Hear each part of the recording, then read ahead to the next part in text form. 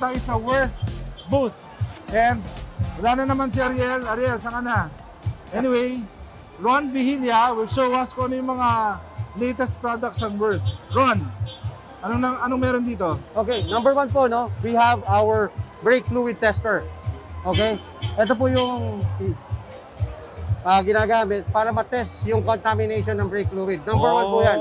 Kasi very important po yung safety ng isang sasakyan. Oo nga, no? So, ang gagawin po, dito po, wala pang gumagawa ng ganito. So, ang gagawin lang po nito, it's a AAA operated battery. Tapos, meron siyang LED lights na kung saan on, okay na siya, or kailangan mo na siyang palitan. Okay, paano siya gagawin? Kung hali po, ito yung reservoir ng inyong sasakyan. Oo. Okay? So, lalagay tayo ng brake fluid. Dapat wala siyang contamination. Dapat zero contamination. So, original po yung brake fluid. Dapat wala siyang reading. So, pag dinip natin dito sa probe, dapat wala siyang contamination.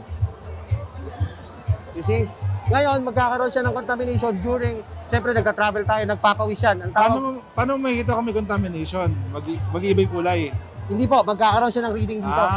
So, magsasabi siya kung okay pa o kailangan mo na siyang palitan. So yan okay pa. So, ito po, okay pa. Kasi bago yung brake fluid natin di ba? So, pag nagkaroon ng contamination, lalagyan lang natin ng konting tubig. Kasi po, ang brake fluid nagkakaroon talaga ng tubig. Ang tawag po doon, hygroscopic phenomenon. Wow. So, papatakan lang natin ng konti. Konti lang, yan. So, dapat meron na siyang reading. Yan. So, ang mangyayari po ngayon, dahil meron na yan, patakan natin. Yon, may reading na siya. So, magkakaroon siya ng warning sign na kailangan mo na siyang palitan. Yan po, yung ating brake fluid tester. Ang brake fluid normally, gaano kadalas bago palitan? Actually, sir, dito sa Pilipinas, ang ginagawa po nila, tinitingnan lang nila Di ba po? Tapos, ang ginagawa, may recommendation bawat isang brand kung kailan. Pero normally, pag mga Normally, typical sir, cars, ang typical cars, mga 20,000 kilometers, dapat pinapalitan na yan. Opo. Kaya dapat importante na meron kayong ganito, brake Saka, fluid tester. di At ba saka sa- magaan siya. Handy, parang ballpen lang.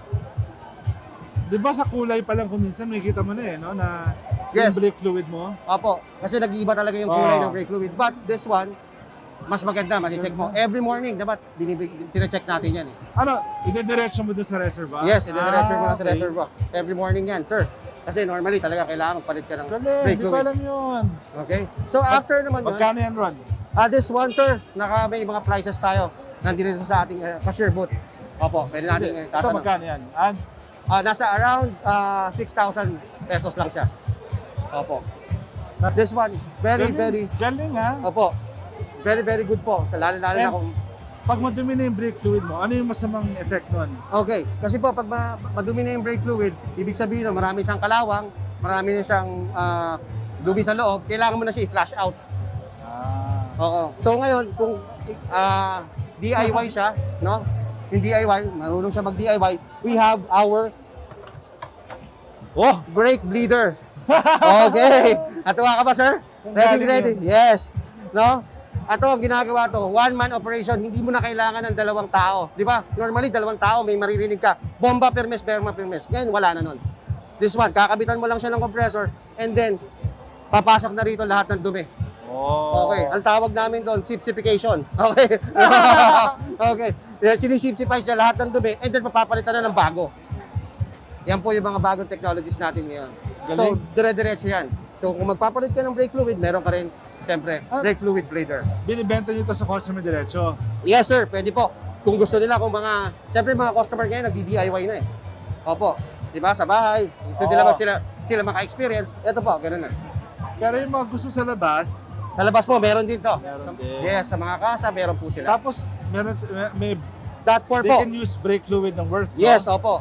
Saan nabibili yung mga Worth products? Okay, meron po kami sa Abinian, Laguna, yung aming headquarters dito sa Pilipinas. And then we have also sa Pasig, sa Julio Vargas, Pasig City. Yan po. Nice. Sa loob po ng Home Depot.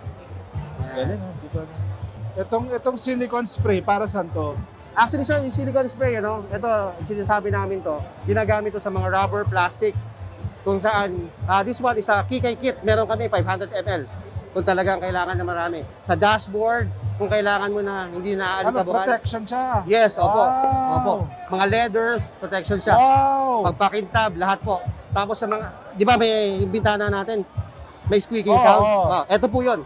I-spray mo lang doon sa may rubber. Oh, Mawawala na yung tunog. ang galing. Lalo na ngayon, tag-ulan. And then yung mga o-ring na matitigas na, eto po yung ginagamit para hindi nagiging brittle. Opo. This Pati one. sa door, yung mga door seal. Yes, opo. No? Ito po yun. Yung matagal sa araw, Opo. pagbukas mo para may didikit, di ba? Yes, opo. Ito po yun. Ito Magkano yung gamot. yan? 306 Pwede, pesos. pwede. Dalawang ganito na dito sa Miyas. And we have also, ito yung sinasabi ko, boss, na famous sa amin na talagang lahat binibili. No? We have also siyempre, nandiyan yung brake cleaner namin. Sikat na yan. Meron ka rin kami, brake paste. Etong brake paste na to, ito yung nilalagay sa likod ng brake pads. Okay, normally yun lang ang ginagamit sa likod lang ng brake pads. Mamaya po sasabihin ko kung bakit saan pa siya maraming ginagamit. Pag pinahid mo po siya rito, yan, pahid natin. Tapos, gamit tayo ng torch. Ito. Normally, sir, pagka grease ang nilagay nyo, grasa, natutunaw na yan. This one can absorb up to 1,100 degrees Celsius. Oh. Hindi siya natutunaw. Nothing happens. Di ba? Magbabaga na yung bakal na yan, walang nangyayari. Okay? Ganyan, kaganda po yan. At the same time yan, sir, ano rin yan? Parang gabi. Kumbaga, pinoprotection na niya yung bakal. So, pag pinatakan mo ngayon yan, pansinin mo, hindi siya nagpe-penetrate. So, saan siya pwedeng gamitin pa? Sa mga tornilyo, sa exhaust manifold na laging kinakalawang. Ito na yung gamot doon. Ang galing. Yes. Anong tawag dyan? Brake paste. Brake paste. This one. How does it protect yung brake pads mo? Okay. Di ba sir, may mga squeaking sound Oo. minsan? Kasi yung mga OEM na natin, meron talaga siyang nakalagay na. Yun yung nawawala. Kasi nililinis ng brake cleaner. Only yung brake cleaner lang ang pwedeng makalinis dyan. Hindi mo pwedeng tanggalin yan ng normal na kamay lang. Hindi. No? Pero pag ginamitan mo na ng brake cleaner yan, tanggal yan. Opo.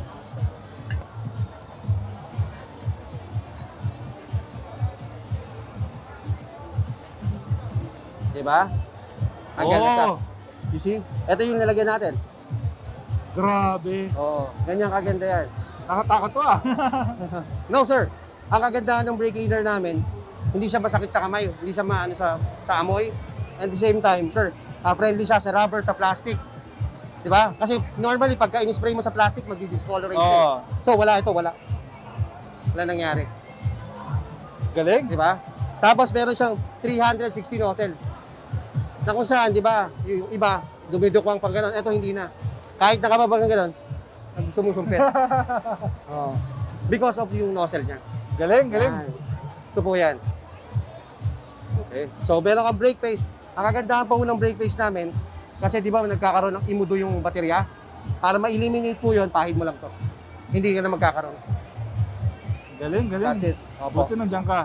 Yan. Yan po yung mga chemicals namin. And lastly, we are promoting our own Ultra 2040.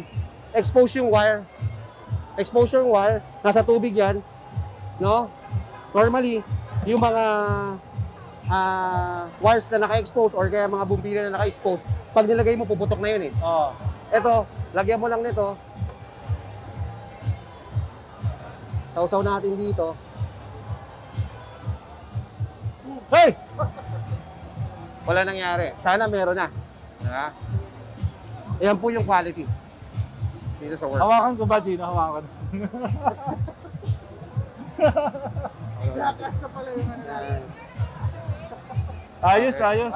Ayan. Ron, thank you, thank you. Thank you very much. Informative. Opo. Salamat. Sa'yo Opo. na.